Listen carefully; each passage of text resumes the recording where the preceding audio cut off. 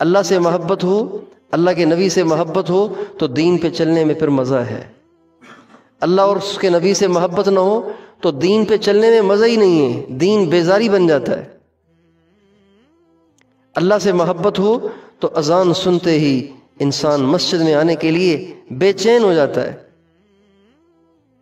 فضائل اعمال میں لکھا ہے نا واقعہ ایک بزرگ کا، سالم مولا حداد رحمۃ اللہ علیہ کا، جب نماز کا وقت ہوتا تھا تو وہ کھڑے ہو جاتے اور وجد میں آ کے اشعار پڑھتے تھے، اذا ما دعا داعیکم قمت مسرعا مجیبا لمولا جل لیس له مثلو۔ اللہ جب مؤذن پکارتا ہے نا بس پھر میں بے قرار ہو جاتا ہوں اور میں چلتا ہوں مسجد کی طرف، اپنے اس رب کے بلاوے پہ چلا جاتا ہوں کہ جس رب جیسا کوئی ہے ہی نہیں۔ مجیبا لمولا جل لیس له مثلو، میں ایسے رب کے بلاوے پہ مسجد میں حاضر ہو جاتا ہوں جس رب کی کوئی مثل اور مثال نہیں ہے، وہ بے مثال ہے، بے نظیر ہے۔ یہ اللہ سے محبت ہے۔ آج 5 نمازیں مسلمان کے لیے بوجھ بنی ہوئی ہیں، یعنی ایسے محسوس ہوتا ہے جیسے ابھی تو نماز پڑھ کے آئے پھر اذان شروع ہو گئی، ایسے محسوس ہوتا ہے۔ اور جن کو اللہ سے محبت ہو جائے، جن کو اللہ سے تعلق ہو جائے، وہ انتظار میں رہتے ہیں ابھی تک اذان کی نہیں ہوئی، بہت ٹائم ہو گیا ابھی تک اذان نہیں ہوئی۔ اس لیے کہتے ہیں مومن مسجد میں ایسے ہوتا ہے جیسے مچھلی پانی میں ہوتی ہے۔ پانی میں مچھلی کو بڑا مزہ آتا ہے، باہر نکالو تو یوں تڑپتی ہے، مچلتی ہے۔ اور جو منافق ہوتا ہے نا، منافق جو ہوتا ہے وہ مسجد میں ایسے ہوتا ہے جیسے پنجرے میں پرندہ ہوتا ہے، پھڑ پھڑاتا ہے کہ کب دروازہ کھلے اور میں بھاگوں یہاں سے۔ کتنے لوگ ہیں امام صاحب نے اگر نماز میں تھوڑی سی قرات لمبی کر دی نا تو شور مچانا شروع کر دیں گے کہ امام صاحب آپ نے کیسی نماز پڑھی، ہم تو تھک گئے۔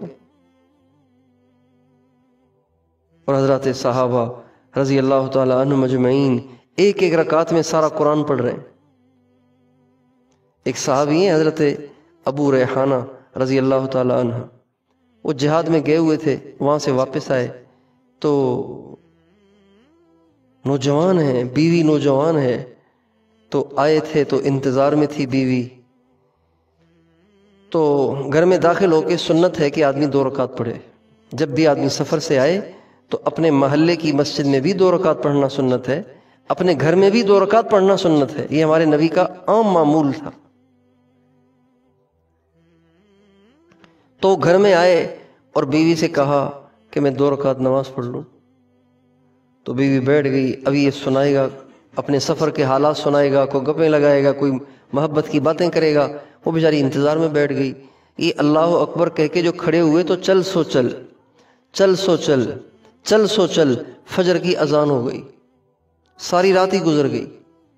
فجر کی اذان پہ ہوش آیا کہ رے یہ تو ساری رات گزر گئی، جلدی سے سلام پھیرا تو بیوی نے کہا کہ ابو ریحانہ کیا ظلم ہے، اتنا لمبا سفر تو نے طے کیا اور میں انتظار میں بیٹھی رہی کہ اب آپ میرے ساتھ بھی بیٹھیں گے، اور آپ نے التفات ہی نہیں کیا، توجہ ہی نہیں فرمائی اور نماز میں ہی لگے رہے۔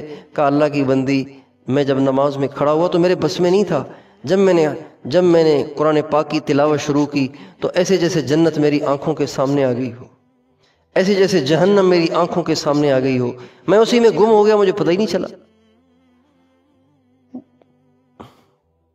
اب ادھر جمعے کی نماز بھی بوجھ بنی ہوئی ہے۔ ابھی آپ دیکھیں گے نا، سلام، نماز کا سلام پھرنے تک آپ کی ساری آبادی مسجد میں نہیں آئے گی۔ ایسے بھی مسلمان رہتے ہیں جن بیچاروں کے لیے جمعہ بھی بوجھ ہے۔ یہ کیا ہے؟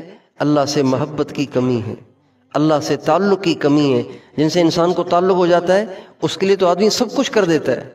دوستوں کے لیے لوگ کیا کچھ کر جاتے ہیں، اپنی محبوباؤں کے لیے لوگ کیا کچھ کر جاتے ہیں۔ ناجائز جن سے تعلقات رکھے ہوتے ہیں ان کے لیے ساری چیزیں بازی پہ لگا دیتے ہیں، اپنی ماؤں کو قربان کر دیتے ہیں، باپ کو قربان کر دیتے ہیں، اپنے خاندانوں کو قربان کر دیتے ہیں، دنیا جہاں کی رسوائیاں برداشت کر لیتے ہیں لیکن اس کو نہیں چھوڑتے۔